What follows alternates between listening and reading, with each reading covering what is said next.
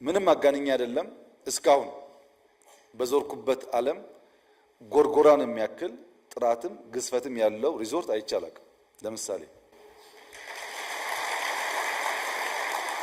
ይሄን የማያምን ሰው ጎርጎራ ብቻ ነው መሄድ ያለበት፣ ከዛ ይገባዋል። ግን የሰራው ፓብሊክ ፕራይቬት ፓርትነርሺፕ ነው።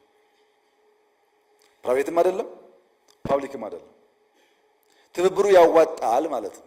ወንጪ ባለፉት 3 ወራት 3 ወር ብቻ 10,000 የሳውዲ ሰዎች ወንጪ ጎብኝተዋል። 10,000 ሳውዲ ብቻ። ቦታ የለም፣ አልጋዋ ትንሽ ናት፣ ድንኳን እያሰሩ ማለት ነው። ቢበዛ አስቡት ምን እንደሚያመጣ። ወንጪ 10,000 ሳውዲ የሳበው የተሰራው ፓብሊክ ፕራይቬት ፓርትነርሺፕ ነው።